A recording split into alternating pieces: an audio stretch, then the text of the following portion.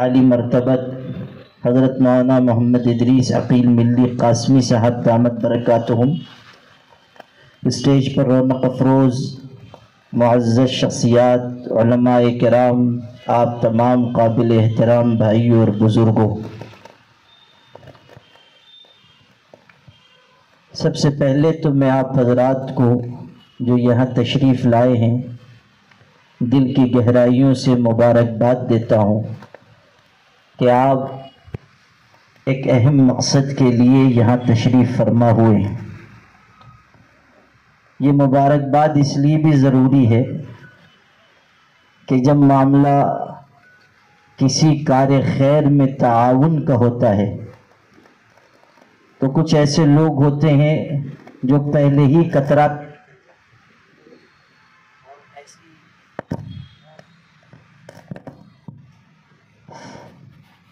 اور ایسی مجلسوں میں عام طریقے پر شریک نہیں ہوتے۔ اللہ نے اگر ہم کو آپ کو یہاں شرکت کا موقع دیا ہے تو ہمیں اللہ کی اس نعمت پر شکر ادا کرنا چاہیے، اور جو تقاضا ہمارے سامنے آئے اپنی اپنی استطاعت کے مطابق ہمیں اس میں حصہ لینا چاہیے۔ حکیم الاسلام مولانا قاری محمد طیب صاحب رحمۃ اللہ علیہ یہ بات فرمایا کرتے تھے کہ جس طرح انسانوں کا مقدر ہوتا ہے اسی طرح زمینوں کا بھی مقدر ہوتا ہے۔ ہر زمین کی تقدیر میں یہ بات نہیں ہے کہ وہاں اللہ کا گھر بنے۔ جس زمین کو اللہ چن لیتا ہے وہاں اللہ کا گھر تعمیر ہوتا ہے۔ حدیث پاک میں یہ بات آئی ہے کہ جس طرح تم آسمان کے ستاروں کو چمکتا دمکتا اور روشن دیکھتے ہو، آسمان والے زمین کے ان مقامات کو اسی طرح روشن دیکھتے ہیں جہاں مسجدیں بنی ہوئی ہیں، جہاں اللہ کے گھر تعمیر ہیں۔ آسمان والے جب زمین پر نظر کرتے ہیں یعنی اللہ کے فرشتے، تو مسجد کے مقامات ستاروں کی طرح چمکتے دمکتے نظر آتے ہیں۔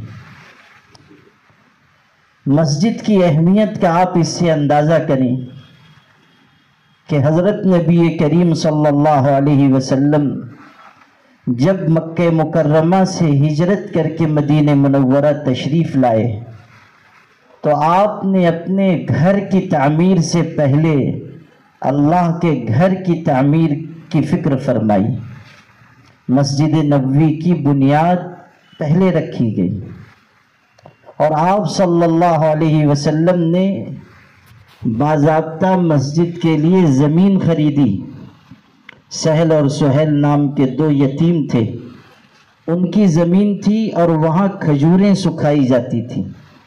آپ اندازہ کیجئے ابھی جو بات میں نے کہی کہ زمینوں کا مقدر ہوتا ہے، کس کے وہم و گمان میں یہ بات رہی ہوگی کہ آج جہاں کھجوریں سکھائی جا رہی ہیں وہاں وہ مسجد تعمیر ہوگی جو روئے زمین کی دوسری افضل ترین مسجد ہوگی، اور کائنات کے لوگ اس مسجد کی زیارت کے لیے، اس مسجد میں نماز کے لیے حاضر ہوں گے۔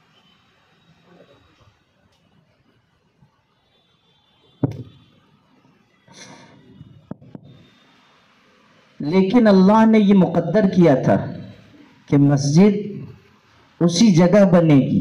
آپ نے ان دونوں یتیموں کو بلا کر ارشاد فرمایا، یہ زمین میں لینا چاہتا ہوں اور تم سے سودا کرنا چاہتا ہوں۔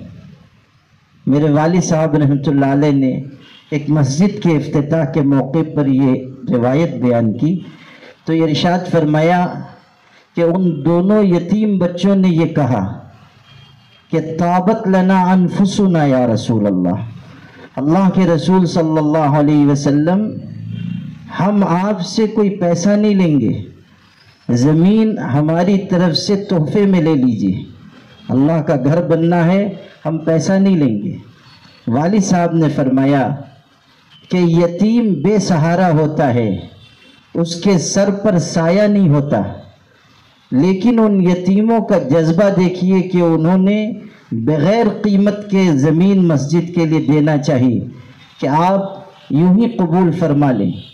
حضور صلی اللہ علیہ وسلم نے اسے منظور نہیں کیا، آپ نے قیمت دی، لیکن جذبے کی بات دیکھیے کہ ان دونوں یتیموں نے کہا ہمیں خوشی ہوگی اگر آپ بغیر قیمت کے یہ زمین قبول فرمائیں گے۔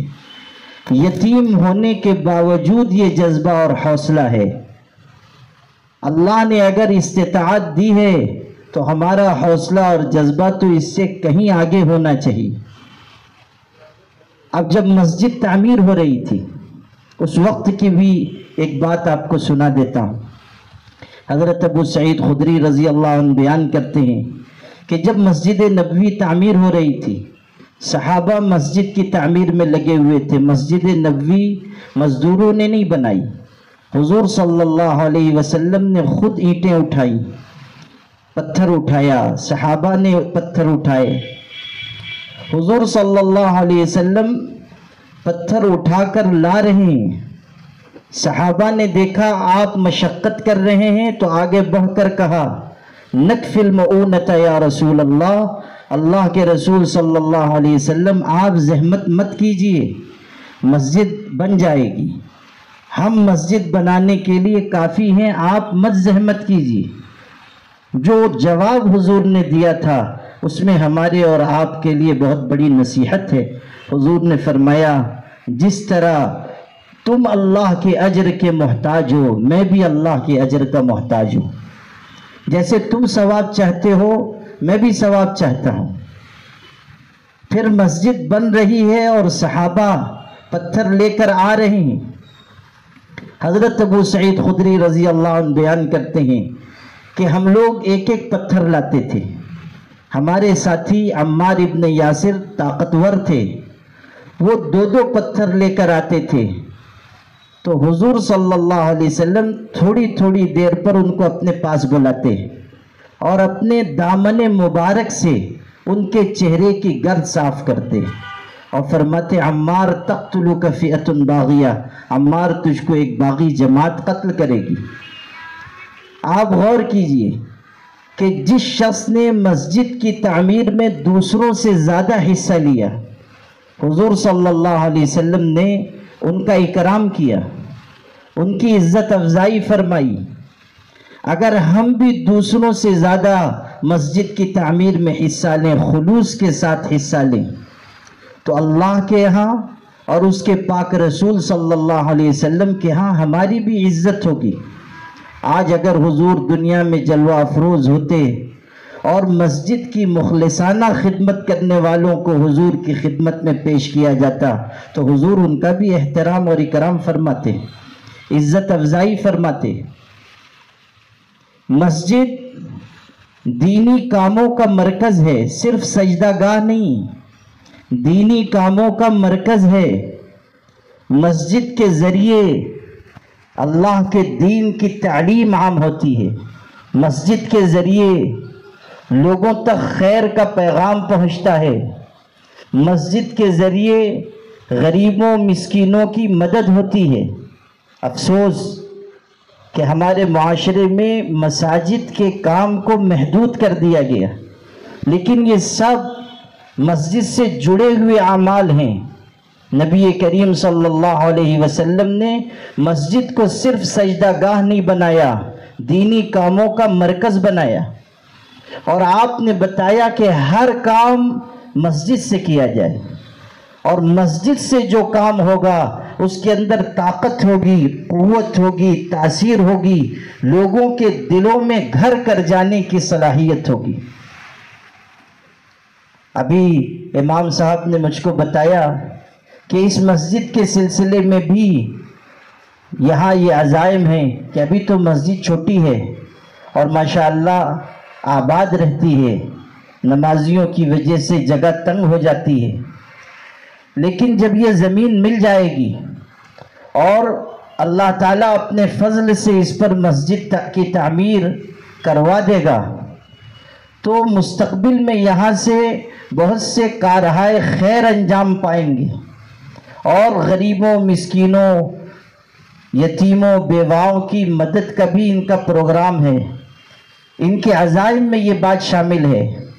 اسی طرح اعلیٰ معیار پر دین کی تعلیم ہو، بچوں بچیوں کی اچھی تربیت ہو، نوجوانوں کو یہاں سے کچھ کام دیا جائے اور ان کو دین کے کاموں میں استعمال کیا جائے۔ بہت سے کام اس طرح کے مسجد سے ہو سکتے ہیں، اور اس مسجد کے ذریعے بھی جو گھنی آبادی میں ہے اور جہاں نمازیوں کا رجوع ہے، مسافروں کا رجوع ہے، ایسے بہت سے کام یہاں سے انجام دیے جا سکتے ہیں۔ مسجد کے منتظمین کا یہ عزم ہے کہ آگے انشاءاللہ اس طرح کے کام یہاں سے انجام دیے جائیں گے۔ اور یہاں ٹھہر کر میں ایک بات عرض کرتا ہوں، یہاں ایسے حضرات بھی ہیں جو مختلف مساجد کے ذمہ دار ہیں، ان کی خدمت میں بھی یہ بات عرض کرتا ہوں کہ مسجدوں کے نفع کو، مسجدوں کے فائدے کو محدود مت ہونے دیجیے۔ اللہ نے اگر آپ کو مسجد کا متولی بنایا ہے، مسجد کا ذمہ دار بنایا ہے، تو آپ کی ذمہ داری ہے کہ مسجد میں وہ کام انجام دیے جائیں جو ہمارے آقا حضرت محمد صلی اللہ علیہ وسلم نے اپنی مسجد میں جاری فرمائے تھے۔ ہر مسجد مسجد نبوی سے، مسجد حرام سے جڑی ہوئی ہے، تو وہ اعمال بھی ہماری مساجد میں ہونے چاہیے جو اللہ کی اور اس کے پاک رسول کی پسند ہے۔ افسوس کہ اس طرف توجہ نہیں ہو رہی ہے، اس کی وجہ سے ہماری مساجد کا فائدہ محدود ہو رہا ہے۔ ہمیں کوشش کرنی چاہیے کہ ہماری مساجد خیر اور بھلائی، طاعت اور دین کی تبلیغ، رشد و ہدایت اور لوگوں کی خدمت کا مرکز بنے۔ مسجد ان اعمال سے آباد ہو جو مسجد نبوی والے اعمال ہیں۔ یہاں کے منتظمین نے یہ عزم اور ارادہ کیا، بہت مبارک ارادہ ہے۔ تو مسجد کی حیثیت ایک مرکز کی ہے۔ پھر یہ بات بھی سمجھ لیجئے کہ مسجد پر خرچ کرنا، اللہ کی راہ میں کچھ دینا، یہ بہت بڑے اجر و ثواب کا باعث ہے۔ ہم آپ آج دنیا میں ہیں، کل نہیں رہیں گے، ہمیشہ رہنے کے لیے دنیا میں کوئی نہیں آیا ہے۔ انسان دنیا سے جاتا ہے، سارا مال، اسباب، ساز و سامان چھوڑ کر جاتا ہے۔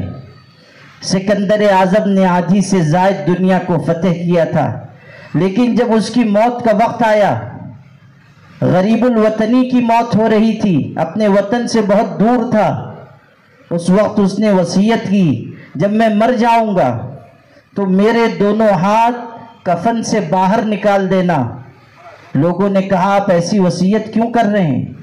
تو سکندر اعظم نے کیسا خوبصورت جواب دیا، کہنے لگا میں یہ چاہتا ہوں کہ دنیا یہ دیکھ لے کہ وہ سکندر اعظم جس نے آدھی سے زائد دنیا کو فتح کیا، وہ بھی دنیا سے اسی طرح خالی ہاتھ جا رہا ہے جس طرح خالی ہاتھ دنیا میں آیا تھا۔ انسان خالی ہاتھ آتا ہے اور خالی ہاتھ جاتا ہے۔ دنیا کا بادشاہ ہو، بڑے سے بڑا حکمراں ہو، بڑے سے بڑا تاجر ہو، بالآخر اسے دنیا سے جانا ہے۔ ہمیشہ رہنے کے لیے دنیا میں کوئی نہیں آیا۔ ایک بہت بڑا بادشاہ تھا، اس نے عالی شان محل تعمیر کروایا۔ جب محل مکمل ہو گیا، دعوت دی لوگوں کو کہ آؤ اور ہمارا محل دیکھو۔ جو آتا تھا تعریف کرتا تھا۔ ایک اللہ والے بھی آئے، وہ دیکھ رہے تھے مگر زبان سے کچھ نہیں کہتے تھے۔ تو بادشاہ نے کہا آپ بھی تو کچھ کہیں۔ تو ان بزرگ نے کہا کہ محل تمہارا اچھا ہے مگر اس میں دو عیب ہیں، دو بہت بڑے عیب ہیں۔ تو بادشاہ ناراض ہوا کہ اتنے عالی شان محل میں تم کو عیب دکھ گیا، کیا عیب ہے؟ تو اس اللہ والے نے کیسا خوبصورت جواب دیا، کہنے لگا کہ اس میں دو عیب ہیں، ایک یہ کہ یہ عالی شان محل ہمیشہ نہیں رہے گا، اور دوسرے یہ کہ اس میں رہنے والے بھی ہمیشہ نہیں رہیں گے، نہ مکان رہے گا نہ مکین رہیں گے۔ ایک وقت آئے گا کہ یہ عالیشان محل گر جائے گا، ایک وقت آئے گا کہ اس میں رہنے والے دنیا سے رخصت ہو جائیں گے۔ دنیا عجب سرائے فانی دیکھی، یہاں کی ہر ایک چیز آنی جانی دیکھی، جو آ کے نہ جائے وہ بڑھاپا دیکھا، جو جا کے نہ آئے وہ جوانی دیکھی۔ دنیا اپنے انجام کی طرف بڑھ رہی ہے۔ ہمیشہ رہنے کے لیے، ہمیشہ جینے کے لیے دنیا میں کوئی نہیں آیا۔ قبر کے چوکٹے خالی ہیں انہیں مت بھولو، جانے کب کون سی تصویر لگا دی جائے، کون کب رخصت ہو جائے گا، کون دنیا سے کب چلا جائے گا، کوئی نہیں کہہ سکتا۔ اور اگر دنیا میں انسان جی بھی رہا ہے تو یہ بھی نہیں کہ ہمیشہ اس کا مال باقی رہے گا، نعمتیں باقی رہیں گی۔ اللہ تعالیٰ کبھی نعمتوں پر زوال لے آتا ہے، نعمتیں چھن جاتی ہیں۔ اسی ملک میں مغل بادشاہوں نے حکومت کی ہے، مغلیہ تاجدار ایک کے بعد ایک حکمراں ہوتے رہے، برسوں انہوں نے حکومت کی، ان کے خزانے سونے چاندی سے بھرے ہوئے تھے، لیکن اللہ نے جب ملک اور حکومت کو ان سے چھینا، آپ دیکھیں شہزادے شہزادیاں در بدر کی ٹھوکر کھانے لگے، بادشاہ کو جلا وطن ہونا پڑا۔ جب مغل بادشاہوں کی سواریاں جامع مسجد دہلی کے پاس سے نکلتی تھیں تو سونے چاندی کے سکے لٹائے جاتے تھے، اشرفیاں لٹائی جاتی تھیں، لیکن جب زوال آیا تو آخری مغل بادشاہ بہادر شاہ ظفر کی پرپوتیوں کو لوگوں نے دیکھا کہ اسی جامع مسجد کی سیڑھیوں پر بھیک کے کٹورے لے کر بیٹھی ہوئی ہیں اور کہہ رہی ہیں کہ ہمارے باپ دادا کی سواری یہاں سے نکلتی تھی، سونے کی اشرفیاں لٹائی جاتی تھیں، آج انہی کے نام پر ہم کو بھیک اور خیرات دے دو، انہی کے نام پر ہم کو صدقہ دے دو۔ تلک الایام نداولها بین الناس، وقت ہمیشہ ایک جیسا نہیں رہتا، وقت ہمیشہ ہر ایک کے لیے سازگار نہیں ہوتا۔ آج جو امیر ہیں ہو سکتا ہے کل فقیر ہو جائیں، آج جو فقیر ہیں کل امیر ہو جائیں، آج جو مالدار ہیں کل نادار ہو جائیں، آج جو نادار ہیں وہ کل مالدار ہو جائیں۔ تلک الایام نداولها بین الناس، حالات ہمیشہ ایک جیسے نہیں رہتے۔ انسان خوش نصیب انسان وہ ہے جو آخرت پر نگاہ رکھتا ہے اور اللہ کے دیے ہوئے مال کو اس کی راہ میں خرچ کرتا ہے۔ انسان دنیا سے جانے والا ہے، اس کا توشہ وہی ہے جو اس نے آگے بھیج دیا۔ حضرت سہل ابن عبداللہ تستری رحمت اللہ علیہ ایک بزرگ گزرے ہیں، جو بھی ان کے پاس آتا تھا سب اللہ کی راہ میں دے دیتے تھے۔ کسی نے پوچھا حضرت بال بچوں کے لیے کچھ نہیں رکھتے ہیں، اولاد کے لیے کچھ نہیں چھوڑتے ہیں، جو آتا ہے سب دے دیتے ہیں؟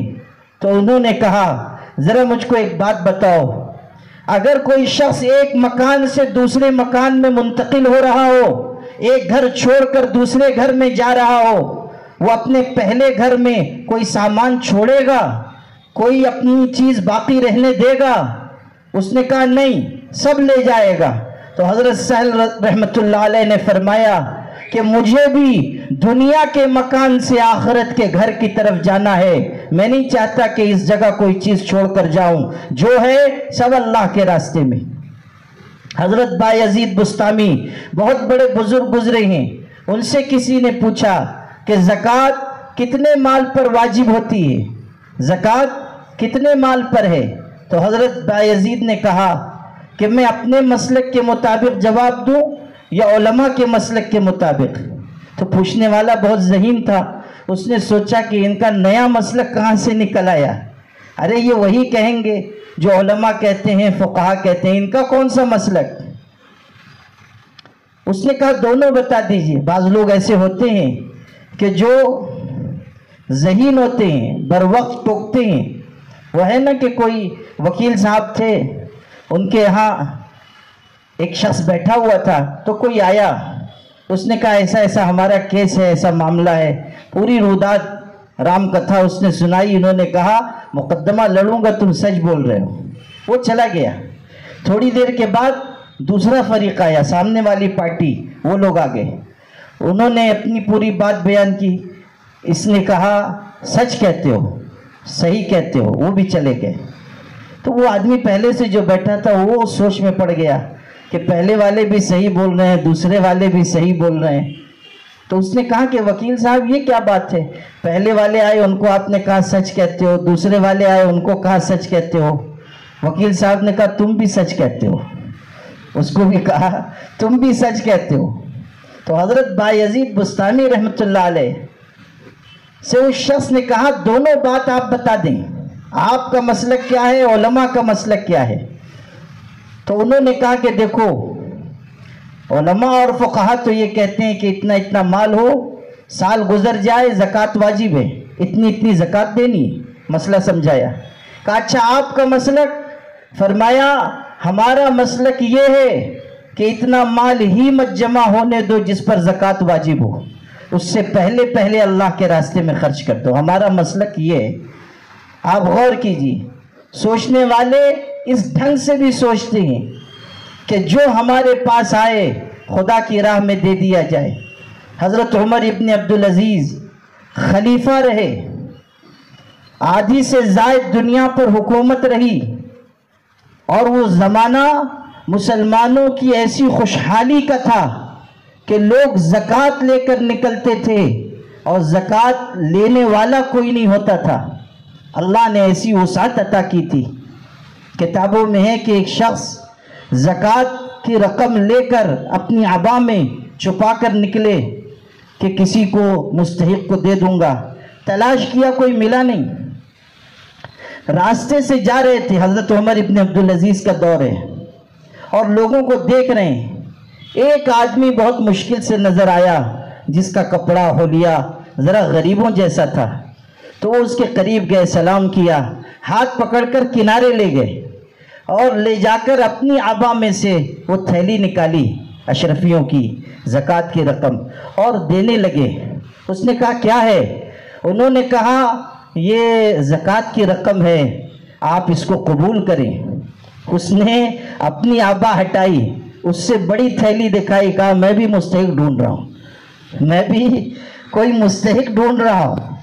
جتنی بڑی اس کی تھیلی تھی اس سے بڑی تھیلی دکھا کے کہہ رہا ہے کہ میں بھی زکوٰۃ کا کوئی حقدار ڈھونڈ رہا ہوں کہ کوئی آدمی مل جائے, یہ میں اس کو دے دوں. ایک طرف خوشحالی کا یہ عالم ہے اور آدھی سے زائد دنیا کا حکمراں ہے. آپ اندازہ کر لیجئے کہ کتنے بڑے منصب پر ہیں, سارا بیت المال ان کے پاس ہے, اس کے باوجود ان کے مدت خلافت میں جتنے دن وہ سربراہ رہے, خلیفہ رہے, کتابوں میں ہے کہ ان کے اوپر زکوٰۃ واجب نہیں ہوئی. زکوٰۃ واجب نہیں ہوئی. زکوٰۃ کا واجب ہونا تو جانے دیجئے. حالت یہ تھی کہ بسا اوقات گھر میں کھانے کے لیے کوئی چیز موجود نہیں ہوتی تھی.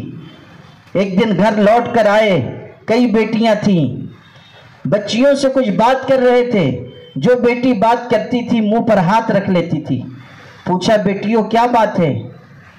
تو انہوں نے کہا کہ ابو جان ہم آپ کو بتانا نہیں چاہتے تھے, مگر آج گھر میں کھانے کے لیے کوئی چیز نہیں تھی, ہم نے روٹی پیاز سے لگا کر کھائی ہے, منہ سے بدبو آ رہی ہے, ہم نہیں چاہتے کہ آپ کو اذیت ہو. آخر کو حضرت عمر ابن عبدالعزیز بھی باپ تھے, رونے لگے اور کہا کہ بیٹیوں میرے سامنے دو راستے تھے. ایک یہ کہ میں بھی بہت عیش و عشرت میں رہتا اور تم کو بھی بہت عیش و آرام میں رکھتا, اور پھر ہم سب دوزخ کی آگ میں ڈال دیے جاتے. ایک راستہ یہ ہے کہ میں بھی کچھ تکلیف جھیل لوں, تم بھی کچھ تکلیف جھیل لو, اور ہم سب اللہ کی بنائی ہوئی جنت میں چلے جائیں. میں نے یہ راستہ چنا ہے. آپ غور کیجئے, پوری مدت خلافت میں زکوٰۃ واجب نہیں ہوئی, جو آیا اللہ کی راہ میں دے دیا. خود فقر و فاقے کی زندگی گزار رہے ہیں, مشقت کی زندگی گزار رہے ہیں. انتقال کا وقت تھا, زہر دیا گیا تھا, خاندان کے لوگوں نے ہی زہر دیا تھا, بنو امیہ نے, اور زہر کا اثر ظاہر ہوا. لوگ عیادت کے لیے آ رہے تھے, ان کے برادر نسبتی مسلمہ ابن عبد الملک بھی آئے، ان کے برادر نسبتی ہیں، بیوی کے بھائی تھے، وہ آئے، وہ خود شہزادے تھے، بادشاہوں کے خاندان سے ہیں۔ آئے تو اپنی بہن فاطمہ سے کہا کہ حضرت امیر المومنین کا کرتا بدل دو، کرتا میلا ہو گیا ہے، لوگ بیمار پرسی کے لیے آ رہے ہیں، کرتا تبدیل کر دو۔ تو ان کی بہن حضرت فاطمہ رونے لگی اور روتے ہوئے کہا کہ بھائی جان، قسم بخدا حضرت کے پاس اس کرتے کے علاوہ دوسرا کرتا نہیں، اسی کو دھلتے ہیں، اسی کو دوبارہ پہنتے ہیں، بس اسی کو ایک کرتے پر گزر بسر ہے۔ آپ اندازہ کیجئے کہ آدھی سے زائد دنیا کا حکمراں ہے اور جینے کا یہ طرز، یہ طور طریقہ ہے کہ ایک کرتے پر زندگی گزار رہے ہیں، اور دنیا کے لوگوں کو کیا، گھر کے لوگوں کو بھی، رشتہ داروں کو بھی پتہ نہیں ہے کہ اس طرح زندگی گزاری جا رہی ہے۔ میرے بھائیوں، جس کی نگاہ آخرت پر ہوگی وہ دنیا کے ساز و سامان کو، دنیا کے مال و متاع کو مقصد زندگی نہیں بنائے گا، قبلہ مقصود نہیں بنائے گا۔ وہ جیے گا مال کے لیے نہیں، اسباب کے لیے نہیں، جائیدادوں کے لیے نہیں، جیے گا اللہ کی رضا کے لیے۔ اور جب کوئی تقاضا آئے گا اللہ کی راہ میں خرچ کرنے کا، بڑھ چڑھ کر اس میں حصہ لے گا۔ قرآن پاک میں آپ پڑھیے، اللہ نے متقی بندوں کی صفات میں یہ بات بیان کی ہے کہ وہ اللہ کے راستے میں خرچ کرتے ہیں۔ سورہ بقرہ کی شروع کی آیتیں سب کو یاد ہوتی ہیں۔ ارشاد ہوا ھدی للمتقین الذین یقیمون الصلاۃ ومما رزقناہم ینفقون۔ ایمان بالغیب، اقامت صلاۃ اور اللہ کی راہ میں خرچ کرنا، یہ متقی بندوں کی صفات ہیں۔ الذین یؤمنون بالغیب ویقیمون الصلاۃ ومما رزقناہم ینفقون۔ اللہ کی راہ میں خرچ کرنا متقی بندے کی صفت ہے، اللہ سے ڈرنے والے کی صفت ہے۔ کائنات میں سب سے بڑے متقی ہمارے آقا حضرت محمد صلی اللہ علیہ وسلم تھے، اسی لیے سب سے زیادہ سخاوت آپ کے اندر تھی۔ حضرت انس رضی اللہ عنہ کہتے ہیں کان اجود الناس، حضور سب سے زیادہ سخی تھے، اور سب سے زیادہ سخاوت آپ رمضان میں فرماتے تھے، جو آتا تھا خدا کی راہ میں دے دیتے تھے۔ روایت کے الفاظ ہیں کبھی کسی مانگنے والے نے مانگا اور حضور نے اس کو نہیں کہا ہو، ایسا نہیں ہوا۔ کسی نے مانگا آپ نے مایوس محروم کر دیا ہو، نہیں، اگر ہوتا تھا دیتے تھے، نہیں ہوتا تھا فرماتے تھے جاؤ فلاں دکان پر سے میرے نام سے قرض لے لو، میں ادا کر دوں گا۔ تشریف رکھتے تھے مجلس میں، ایک مانگنے والا آیا، سوال کیا، آپ کے پاس کچھ نہیں تھا، آپ نے کسی کو بھیجا کہ جاؤ ازواج مطہرات کے یہاں دیکھ کر آؤ، 9 بیویاں تھیں، کسی ایک گھر میں بھی کچھ نہیں ملا، واپس آیا کہا کچھ نہیں، تو آپ نے فرمایا جاؤ فلاں شخص سے، فلاں دکاندار سے کہنا میرے نام پر تم کو قرض دے دے، تم قرض لے لو میں ادا کروں گا۔ جب آپ نے یہ عمل کیا، یہ بات فرمائی، حضرت عمر مجلس میں تھے، انہوں نے کہا اللہ کے رسول صلی اللہ علیہ وسلم، اللہ نے آپ کو اس کا مکلف نہیں بنایا، یعنی آپ کے پاس نہیں ہے تب بھی آپ دیں۔ حضور کو ان کی بات اچھی نہیں لگی، چہرے پر ناگواری کا اثر ظاہر ہوا۔ ایک انصاری صحابی کھڑے ہوئے، انہوں نے کہا اللہ کے رسول آپ خرچ کیجئے اور اللہ سے تنگی کا اندیشہ نہ رکھیے۔ حضور نے فرمایا تو نے سچ کہا، تو نے صحیح بات کہی۔ آپ نے ان کی تائید کی، تحسین فرمائی۔ حضرت بلال کے پاس حضور کی رقم رہتی تھی، جہاں حضور کہتے تھے وہ خرچ کرتے تھے۔ آپ ان سے فرماتے تھے انفق بلالا ولا تخش من ذی العرش اقلالا، بلال خدا کی راہ میں خرچ کر اور عرش والے سے تنگی کا اندیشہ نہ رکھ۔ آپ کی سخاوت ایسی تھی کہ ایک شخص آئے، حضور صلی اللہ علیہ وسلم سے سوال کیا بکری دے دیجئے۔ حضور صلی اللہ علیہ وسلم کھڑے ہوئے تھے، 2 پہاڑیوں کے درمیان بکریاں ہی بکریاں تھیں، آپ نے فرمایا یہ ساری بکریاں تم لے جاؤ. 2 پہاڑیوں کے درمیان جتنی بکریاں تھیں آپ نے اس ایک شخص کو دے دی، کہا لے جاؤ. وہ لے کر گیا. اس کی قوم مسلمان نہیں تھی. گیا تو کہنے لگا یا قوم اسلموا فإن محمدا یعطی عطاء من لا یخشی الفقر. اے میرے ساتھیوں، میری قوم کے لوگوں، میرے قبیلے کے لوگوں، اسلام لے آؤ، اس لیے کہ محمد ایسے ہیں، اتنی سخاوت کرتے ہیں گویا کہ ان کو فقر و فاقے کا کوئی اندیشہ ہی نہیں. آپ اسلام لے آئیں، اسلام لانے میں خیر ہے. حضور کی سخاوت سے متاثر ہوا اور جا کر اعلان کیا یا قوم اسلموا فإن محمدا یعطی عطاء من لا یخشی الفقر. حضور صلی اللہ علیہ وسلم کی سخاوت کا یہ عالم ہے.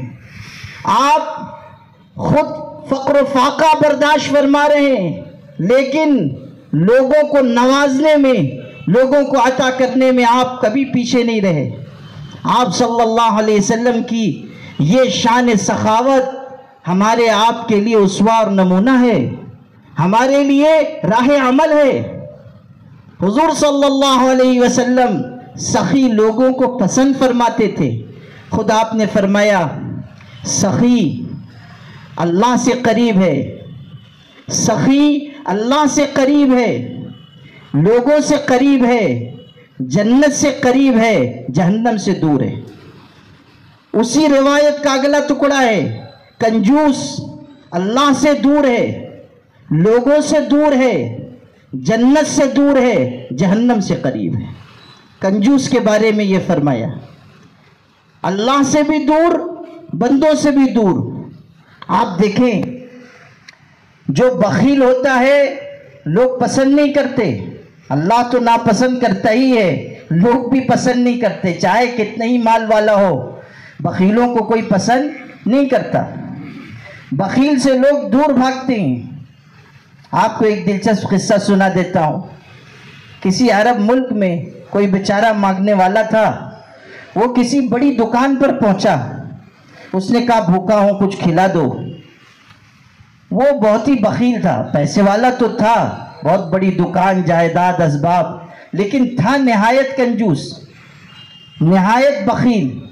اس نے کہا معاف کرو. اس نے کہا نہیں لے کے جاؤں گا. بیٹھ گیا. اس نے سوچا کتنی دیر رہے گا، آدھا گھنٹہ، پون گھنٹہ، پھر تو چلا جائے گا. مگر وہ بخیل بھی، وہ فقیر بھی نہایت درجہ ضدی تھا.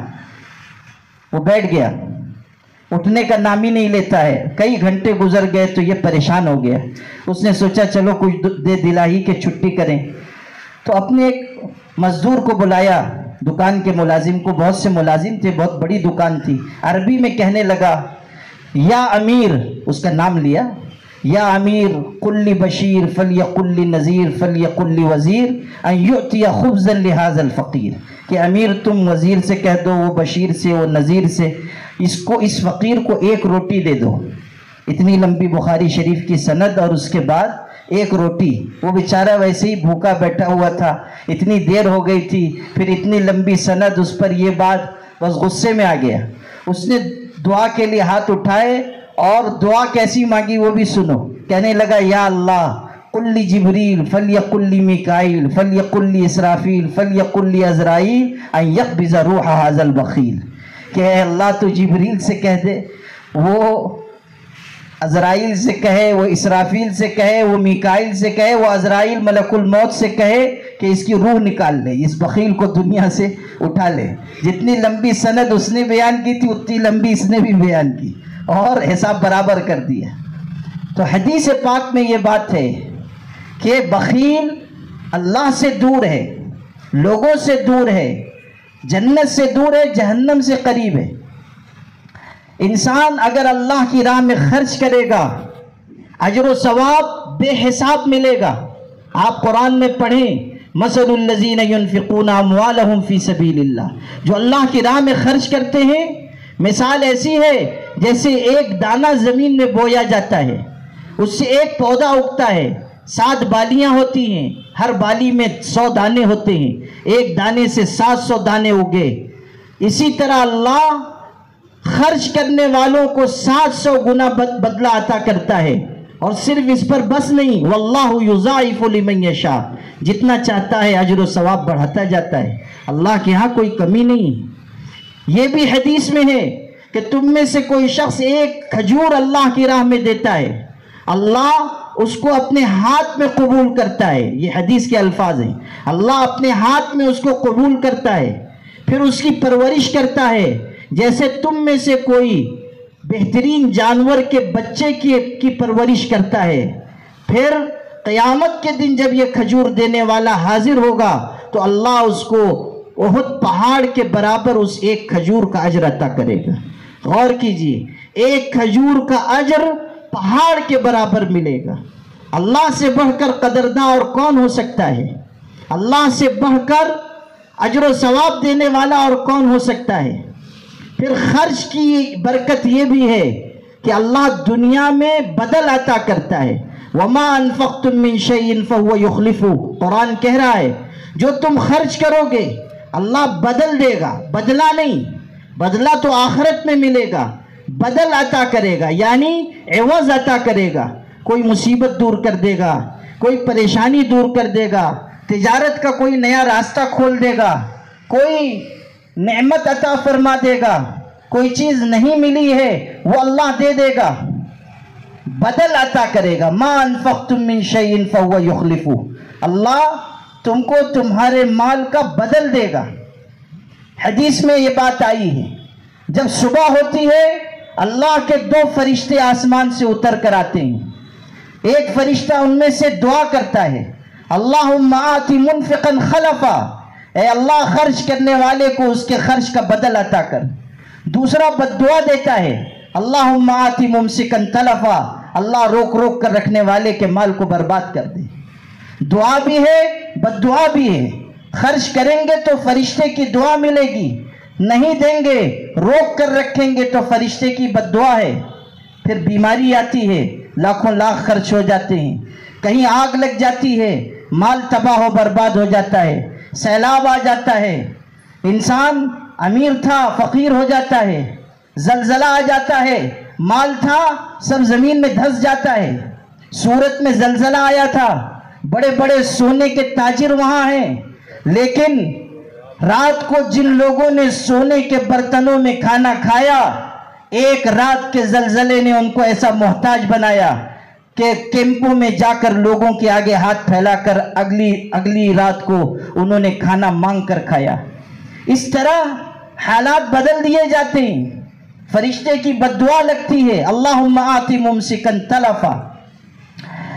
حدیث میں یہ بات آئی ہے، انسان صدقہ دیتا ہے، وہ صدقہ آسمان کی طرف جاتا ہے، اوپر سے بلا آ رہی ہے، مصیبت، ادھر سے صدقہ جا رہا ہے، صدقہ اس بلا کو روکتا ہے، اور صدقے اور اس بلا کے درمیان لڑائی ہوتی ہے، اور یہ لڑائی قیامت تک جاری رہتی ہے، یعنی اس بلا کو صدقہ زمین آسمان کے بیچ میں روکے رہتا ہے، دونوں کے درمیان مقابلہ چلتا ہے۔ صدقہ ایسی چیز ہے، صدقے کے ذریعے گناہ معاف ہوتے ہیں، تطفئ الخطیہ کما یطفئ الماء النار، حدیث کے الفاظ ہیں، حضرت معاذ رضی اللہ عنہ بیان کر رہے ہیں، حضور نے فرمایا کیا تجھے خیر کی باتیں نہ بتاؤں؟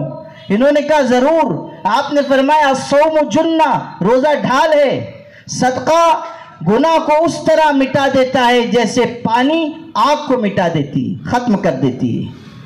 اللہ کے غضب کو ختم کرنے والی چیز اللہ کی راہ میں خرچ کرنا ہے، بلا کو ٹالنے والی چیز اللہ کی راہ میں صدقہ دینا ہے۔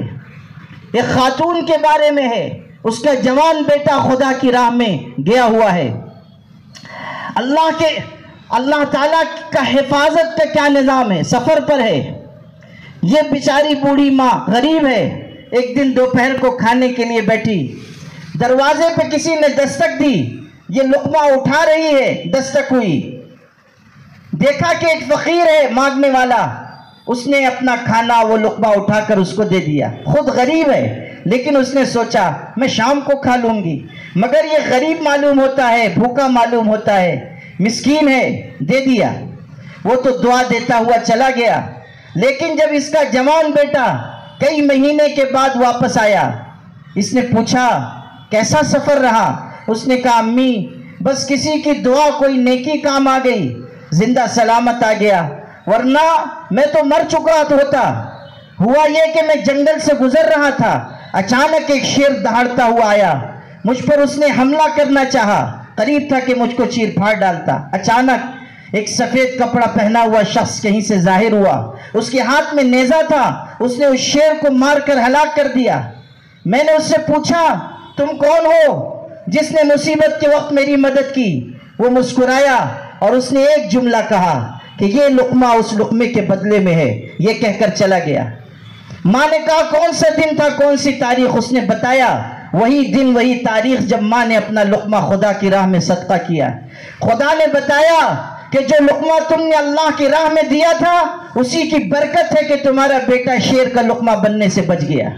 صدقہ بلاؤں کو، مصیبتوں کو، پریشانیوں کو دور کر دیتا ہے۔ آج ہم اللہ کی راہ میں دیں گے، مسجد کے لیے دیں گے، مسجد کی زمین خریدنے کے لیے اپنی حق حلال کی کمائی دیں گے، اللہ تعالیٰ اس کی برکت کہاں کہاں ظاہر کرے گا ہم نہیں اندازہ کر سکتے۔ کہاں کہاں اللہ تعالیٰ ہمارے لیے سہولت پیدا کرے گا، مصیبت کو دور کرے گا، کاروبار میں وسعت پیدا کرے گا، ہم نہیں سمجھ سکتے۔ اس لیے جب آپ کے سامنے تقاضا آیا ہے، آپ کو بلایا گیا ہے کہ آپ خدا کی راہ میں خرچ کرنے کے لیے، مسجد کی زمین خریدنے کے لیے آگے آئیں، تو آپ اچھے ارادے عزائم کیجئے اور جو اللہ نے آپ کو دیا ہے اس میں سے اللہ کے راستے میں دیجئے۔ یہ آپ کا دینا آپ کی سعادت ہے۔ مسجد بن جائے گی، مسجد اللہ جہاں چاہتا ہے، جس کے ذریعے چاہتا ہے بنا دیتا ہے۔ ترکی میں ایک مسجد ہے، ساکی یدم اس کا نام ہے۔ مسجد کا نام عجیب و غریب ہے۔ اس لفظ کا، جملے کا معنی ہے گویا کہ میں نے کھا لیا۔ اس کی تاریخ یہ ہے کہ ایک مزدور کے دل میں یہ تمنا ہوئی کہ میں مسجد بناؤں، کچھ تھا نہیں لیکن اس نے چاہا کہ میں مسجد بناؤں۔ اس نے تہیہ کیا، ارادہ کیا کہ میں تھوڑا تھوڑا پیسہ جمع کروں گا، اور ترتیب یہ بنائی کہ جب میرے دل میں کوئی چیز کھانے کی تمنا پیدا ہوگی تو میں اتنا پیسہ ایک جگہ رکھ دوں گا اور اپنے آپ سے کہوں گا گویا کہ میں نے کھا لیا۔ جتنی رقم کی وہ چیز آنے والی ہے اتنی رقم رکھ دوں گا، اپنے آپ سے کہوں گا گویا کہ میں نے کھا لیا۔ اس طرح جوانی سے بڑھاپے تک وہ اپنے دل کو مار کر پیسے جمع کرتا رہا، اپنے ارمانوں کا خون کر کے پیسہ جمع کرتا رہا۔ پھر اتنے پیسے جمع ہو سکے کہ ایک چھوٹی سی مسجد بن جائے۔ اس نے مسجد بنا دی۔ لوگوں کو جب اس کی قربانی کا علم ہوا تو لوگوں نے مسجد کا نام رکھا ساکی یدم، گویا کہ میں نے کھا لیا، تاکہ اس کی قربانی کی یادگار رہتی دنیا تک قائم رہے، رہتی دنیا تک لوگوں کو معلوم ہو کہ ایک غریب شخص نے کس جذبے کے ساتھ اس مسجد کو تعمیر کیا۔ اللہ جب جس سے چاہے گا کام لے لے گا۔ ہماری سعادت ہے اگر ہمارا سرمایہ مسجد کے لیے استعمال ہو۔ مال تو خرچ ہونے کے لیے ہے، یہاں نہیں لگے گا کہیں اور لگے گا، طاعت پر نہیں لگے گا معصیت پر لگ جائے گا، نہیں کچھ تو انسان چھوڑ کر چلا جائے گا۔ ہمارے لیے خوش بختی کی بات ہی ہوگی اگر ہم اس مسجد کی تعمیر میں شریک ہو جائیں اور اپنی آخرت کا توشہ آگے بھیج دیں۔ قرآن کہہ رہا ہے ما تقدموا لانفسکم من خیر تجدوہ عند اللہ، جو کچھ تم اپنے لیے آگے بھیج دو گے اللہ کے ہاں اس کو حاضر پاؤ گے۔ اللہ تعالیٰ نے توفیق دی، مخلصوں نے یہ مسجد بنائی، اب مسجد کی توسیع ہونی ہے۔ اللہ تعالیٰ ہمارے حاجی خورشید پہلوان کی قبر کو نور سے بھر دے کہ انہوں نے دنیا سے رخصت ہوتے ہوتے بھی اپنی اولاد کو، ہمارے سلیم بھائی کو وصیت کی کہ مسجد کے لیے زمین خریدنا، اس کے لیے پلاٹ بھی مختص کیا، اور الحمدللہ کہ ان کے خانوادے کی طرف سے 75 لاکھ کی خطیر رقم مسجد کی اس نئی زمین کی خریدی کے لیے دی گئی ہے۔ 3.25 کروڑ روپے کی مالیت سے زمین خریدی جا رہی ہے۔ 75 لاکھ آپ مائنس کر دیں، 2 کروڑ روپے جمع کر لیں، اور 2 کروڑ روپے اللہ تعالیٰ کے فضل و کرم کے بعد آپ اہل خیر کے تعاون سے انشاءاللہ پورے ہوں گے۔ اللہ تعالیٰ نے ہمارے یہاں کے لوگوں میں سخاوت کا جذبہ رکھا ہے، خیر کا، بھلائی کا جذبہ رکھا ہے۔ اس لیے آپ سب حضرات اس مبارک موقع پر اپنے اپنے عزائم کا، اپنے ارادوں کا اظہار کریں اور اللہ کی مسجد کی زمین خریدنے کے لیے سبقت کریں، آگے بڑھیں، لوگوں سے زیادہ اپنا حوصلہ ظاہر کریں تاکہ اللہ کے ہاں آپ کو زیادہ سے زیادہ اجر و ثواب حاصل ہو۔ اللہ تعالیٰ اپنے فضل سے ہم سب کے یہاں جمع ہونے کو قبول فرمائے۔ وآخر دعوانا الحمدللہ رب العالمین۔ کل مالیت کے اعتبار سے 66,000 روپے کا ایک مصلی مقرر کیا گیا ہے۔ چونکہ یہ لبے سڑک زمین ہے، آپ سب جانتے ہیں کہ یہاں زمین کی قیمت بہت ہے اور مسجد کے لیے ضرورت بھی بہت ہے۔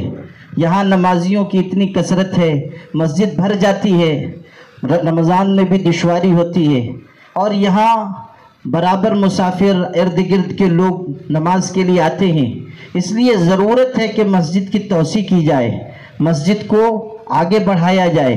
اس لیے زمین کی خریدی ضروری ہے اور پھر مسجد لبے سڑک جو زمین خریدی جا رہی ہے اس سے روڈ ٹچ مسجد ہو جائے گی، لوگوں کو سہولت بھی ہوگی اور نمازیوں کی کثرت کے اعتبار سے بھی یہ توسیع ضروری ہے۔ اس لیے زمین کی مالیت کے اعتبار سے ایک مصلی کی قیمت، اس کی لاگت 66,000 روپے ہے۔ تو مصلی کے اعتبار سے بھی آپ لوگ بتائیں، ایسے بھی جو حضرات عزائم کرنا چاہتے ہیں، دینا چاہتے ہیں، اپنی طرف سے، اپنے مرحومین کی طرف سے ایصال ثواب کے لیے بڑھ چڑھ کر حصہ لیں، اللہ آپ کو اجر عظیم عطا فرمائے گا۔ دیکھیے، مال اسباب دنیا میں رہ جانے والی چیزیں ہیں، آج جو آپ دیں گے وہی آپ کا اصل سرمایہ ہے، وہی آپ کے لیے آخرت میں کام آنے والی چیز ہے۔ اس لیے بتائیں بھائی، بتائیں، ارادے کریں، عزائم کریں، جو حضرات ابھی دینا چاہیں ابھی دیں،